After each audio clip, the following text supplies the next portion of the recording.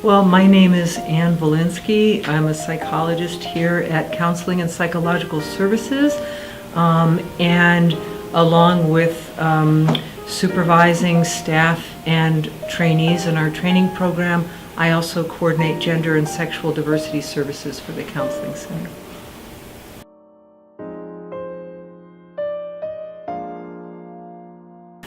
Personal safety are often a concern that come up for students who come here. Concerns about identity and sort of gender identities, sexual identity, understanding how to address those developments within their own thinking, and then most particularly within all of the social spheres that are important to them, whether that be on campus or off campus, whether that be in career tracks, whether that be with their families in particular, all of the things that they need to negotiate in those ways. Issues of transitioning for students are oftentimes front and center, and understanding how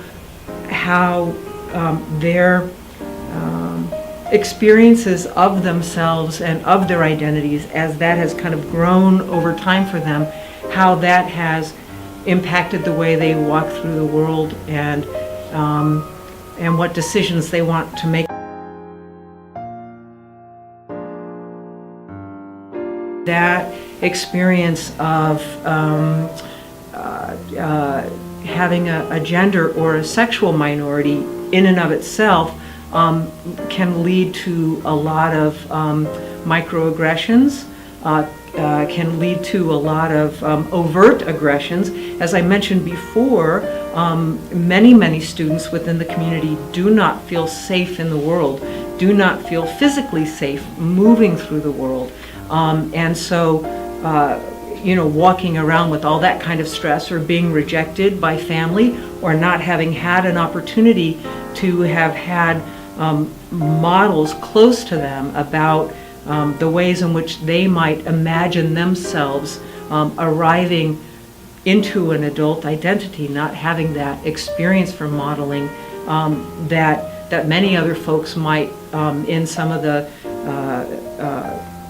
more majority, identities of sex and gender, have models left, right, and center.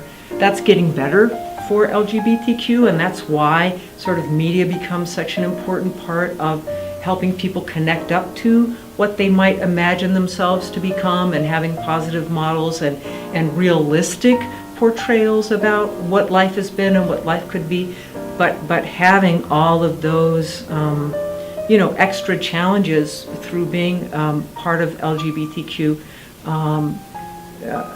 and identifying in that way, just imparts a lot more stress, and can cause people to be more vulnerable to some of the things that I was describing. I think that's what the thinking is, as far as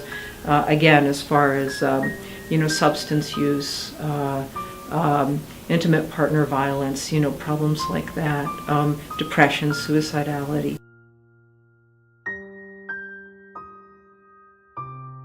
So we have, of course, individual therapy available for students who identify as LGBTQ, and our therapists are very sensitive to the kinds of developmental challenges that are particular to being having membership in the community, and the LGBTQ plus community.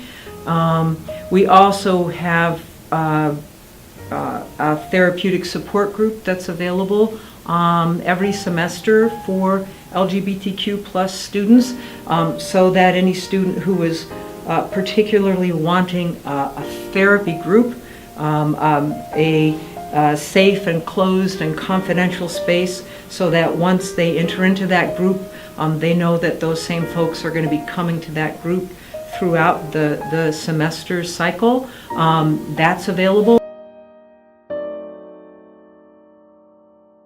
We tell every single student who comes here, no matter why they might arrive with us, that there are crisis services available 24/7, 365. And thank you so much for the opportunity to be able to say that here and now, too. So anytime that the Wellness Center is open, anytime that the Counseling Center is open, any student can come here for services if they are in a crisis situation. Of course, they can come in if they're not in crisis, but if they are in crisis, anytime we're open, any student can walk in and request services. When we're closed, however, students can reach an on-call counselor for crisis services. So they can call the public safety dispatcher, 856-256-4911.